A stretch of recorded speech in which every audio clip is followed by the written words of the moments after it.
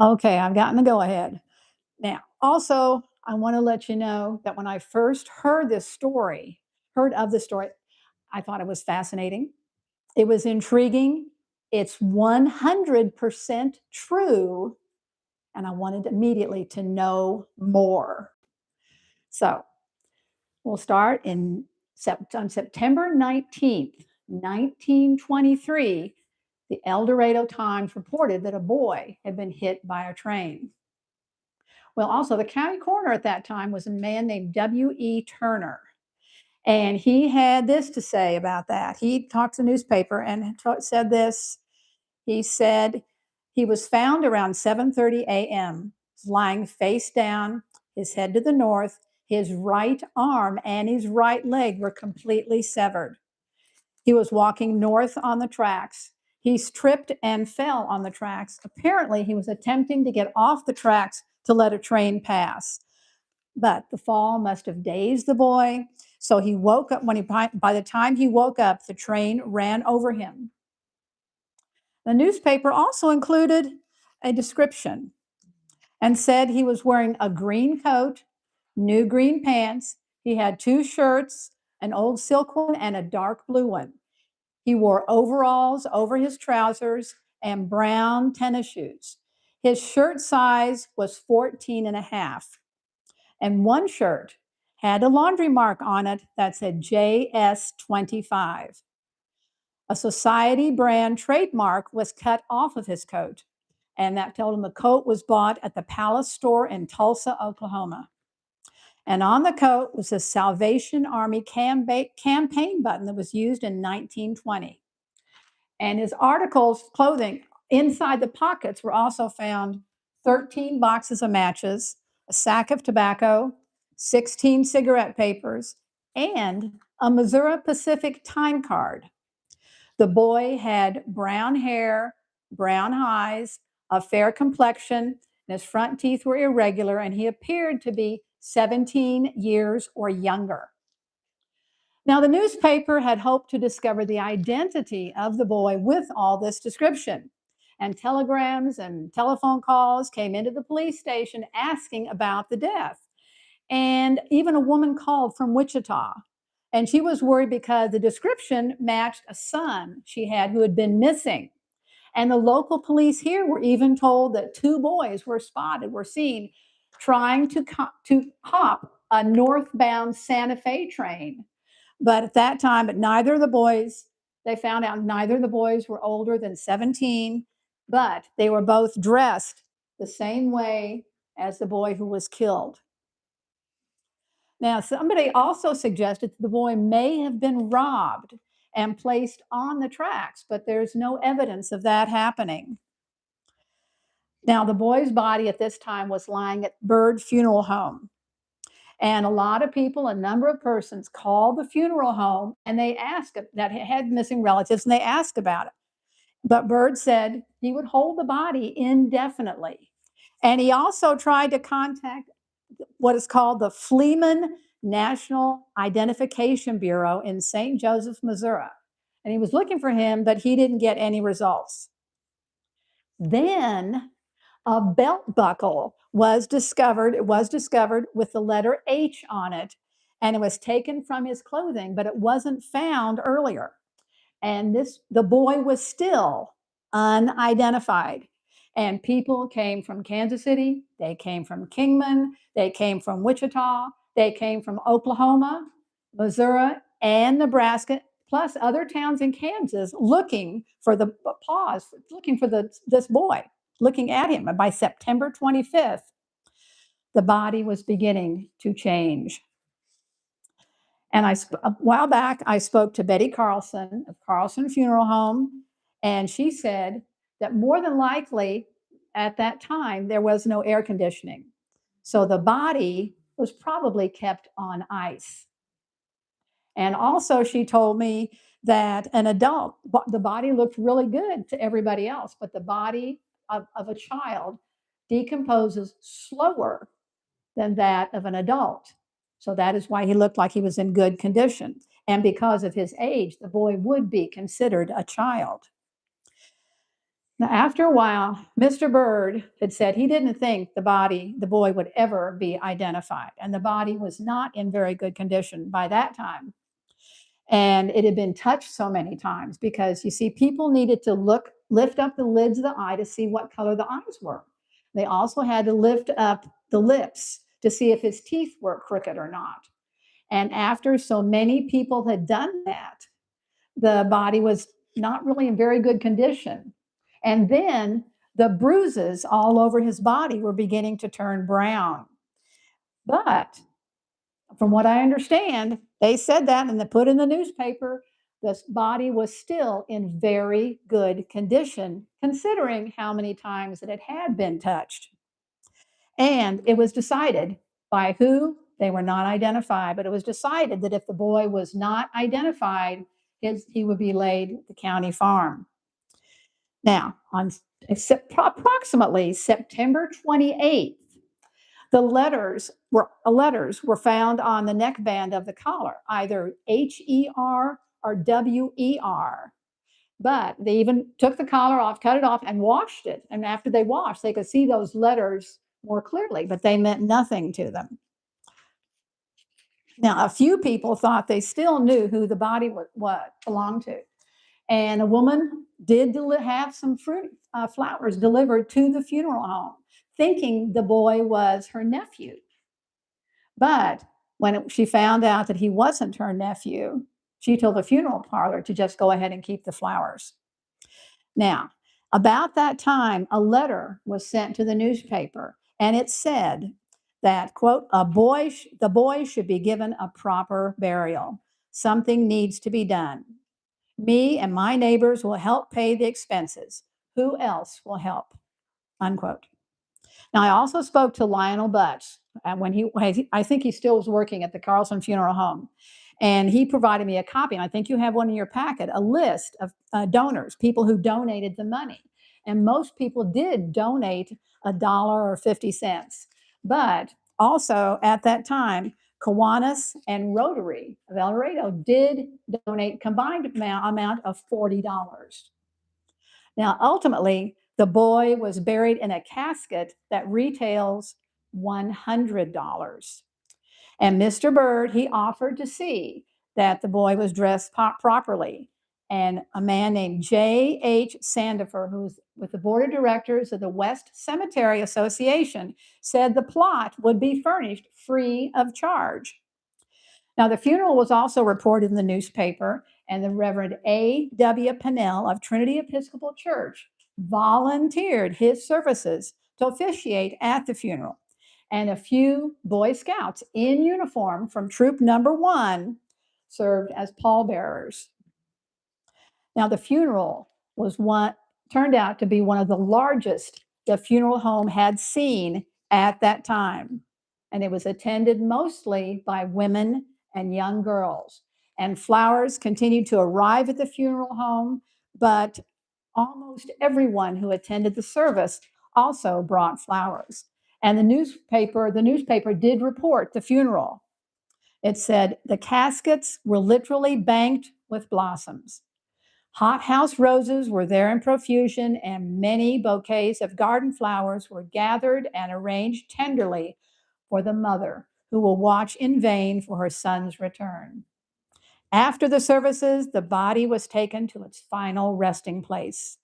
Little groups of women lingered on the lawn, weeping quietly and talking together, seemingly to loathe the place where their own son might be laying, unquote. Now, an interesting side note to all of this is the story about a psychic named Eugenie Dennis, who was also 17 years old. Now, she was in Towanda at the time, but she was known as Atchison's Wonder Girl. And she had psychic abilities that even interested FDR and Einstein. And Eugenie Dennis went on. She took her psychic abilities on the road, as it were, and she ended up making $2,000 a week.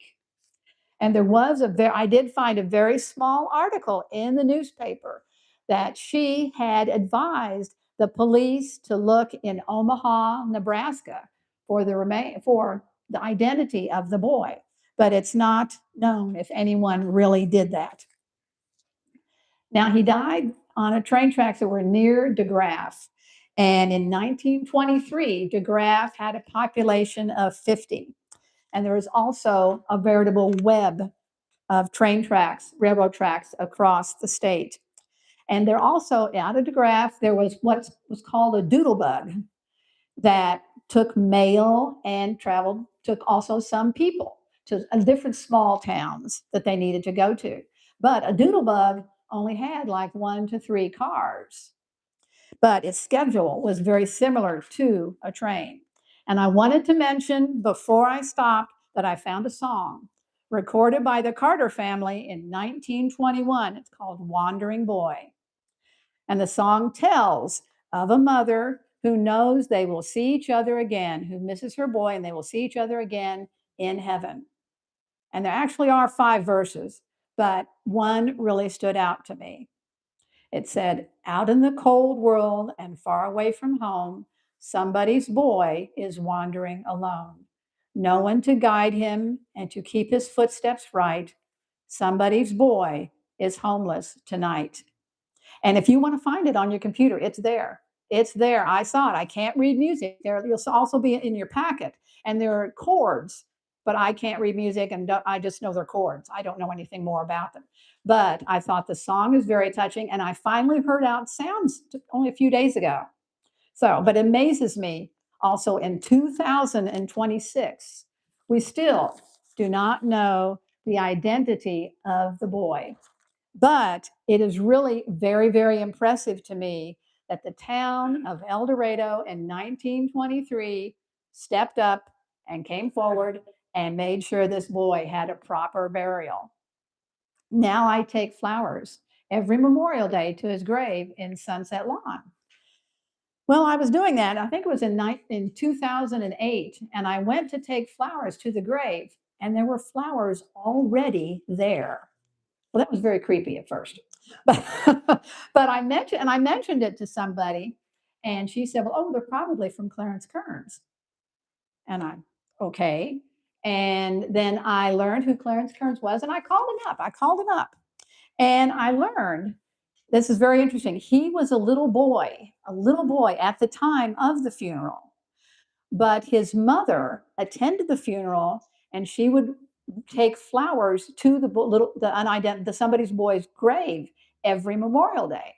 And when she physically could not do it anymore, she absolutely insisted that Clarence do it. So Clarence did do it every Memorial Day. And then all this stuff I've done and talking to him got me in the habit. Now I do. I take flowers to his grave every Memorial Day in Sunset Lawn. Where is it? Where is it? Well, it's in Sunset Lawn. It's over on the side where the art refinery is. And if you turn in like you're going into the refinery, it's about, the 12th or something. I think there is a big white cross there. And I don't know. I think it was put there by the homeless initiative, but I'm not sure. I can't, I'm not sure. I just, I don't know. I think it's a very interesting story because you wouldn't hear of a entire town nowadays taking care to make sure that that happened, but they did in 1923. And I just, like I said before, I was just absolutely fascinated by this story. So if anybody has any questions, please ask. Yes. You can tell me. No, you. Oh, me? Glenda, yes. I'll probably forget it now. See, it didn't even have to wait till the end to do that. Yes, and that's also in your packet. There is a stone, and I'll preface this with, it says unidentified youth. The name Somebody's Boy, which I think is much nicer, came from the newspaper. The newspaper would call him Somebody's Boy, and I think that sounds much nicer than unidentified youth. Any other questions? Yes, Sonia. Okay, where am I going? I was so fascinated just thinking about all of it. So, do you think that there would be any interest in providing the remains being exhumed? have DNA capabilities? Well, somebody asked me that a long time ago. And I think it'd certainly be possible. We've been known to dig up and get DNA from dinosaurs, mastodons, whatever. But it really is very gratifying for me to know that El Dorado, somebody they didn't know, El Dorado came forward and did this. And then some people will say they think he was homeless. Well, homeless, the word homeless implies that you don't have a home. And I think he did have a home. I really, really do. I think he did have a home. And I think he had a family back in DeGraff. And I think they lived in a rural area. And if you think about 1923, they may have had telephones in town, but you can bet out in the rural area on a farm, they did not have telephones. And chances are very good she did not get a copy of the paper on a regular basis. And also, I did read where some boys wrote letters back to their mother, but most 17-year-old boys are notoriously bad for writing any letters. So I really don't think he was probably more than likely thinking about his mother has one less mouth to feed. I'm 17 years old. I can get a job. I need to go out and get a job. And that's what he did. I'm just wondering, the family, when you think about genealogy, or you think about family history, you think about the unknown mysteries in people's families that maybe could be resolved or answered by that. I just wondered, you said I don't think so. not the Freemans, you said Freeland. It's Fleemans. Fleemans. I don't know if it exists. I doubt it seriously it exists anymore. I just wondered about that because I think it's always interesting when people, the generational pain is something, they don't even know what happened in their grandmother's life, and they find out, well, she had a child that she never knew what happened to. And if it did, in that case, I just then you pray for him. That's it. You pray for him. And that's all. That's all you can do. Yes. Do they have any thing at the police station where any of the clothes or anything? Do they have any of that stuff? Now I can't answer. I don't know. But I do know that the funeral home, they had a basement that Lionel Butts had told me. He said that they just kept everything. Forever. Now, 1923. I don't know. I've not looked, but I also understand to exhume somebody who was buried in 1923 will be very expensive. I mean, if they have some articles of what they collected, the clothes or anything like that, still, or anything like that, because you said they cut his collar off. Well, they said they washed it, so the only way I can think of getting a neckband or the whole shirt washed was to cut it off. But any of that stuff that they did, where's that stuff? Yeah.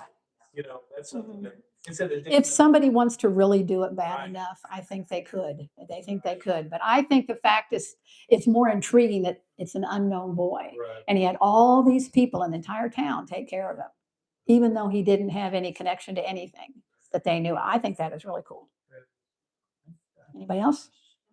Yes. Have you ever interviewed anyone up in the DeGraff area? Or been to a Let me preface that with saying I have no sense of direction. So I went up to where the DeGraff area was supposed to be, and I saw a cell tower and a field. And roads, of course, weren't posted. There were roads there, but I was afraid now if I keep going down this particular road, heaven knows where I could end up. So I just turned around and came back. I have learned since then that yes, DeGraff does have a population. It does have people there. But I'm thinking the church is still there. It probably is. I think it is, yeah. But like I said, I have no sense of direction, so I didn't want to be left out in nowhere, in the middle of nowhere, with a car with not best air conditioning in the world. Exactly. But no, you all know me now, so you wouldn't have to. Oh well, that was her. She just has no sense of direction, but she did it anyway. So you got boundaries where you travel?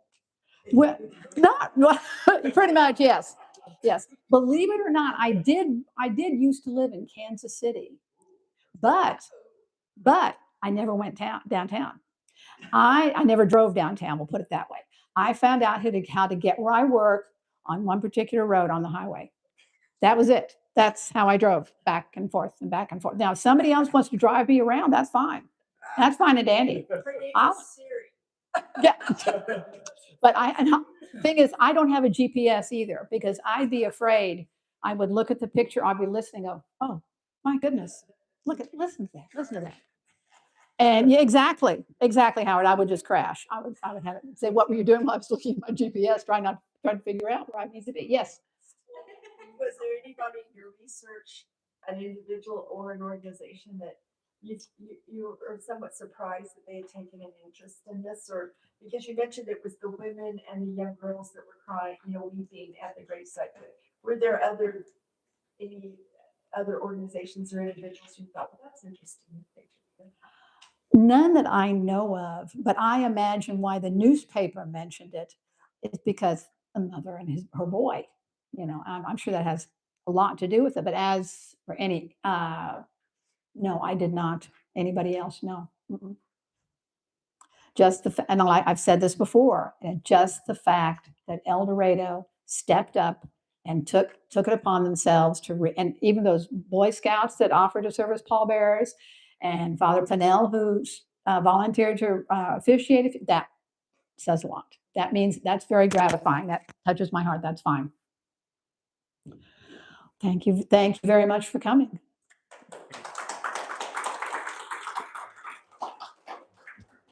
Good job. Well, thank you very much. Now, tell me what this said. Yes. Unidentified youth, about 17 years,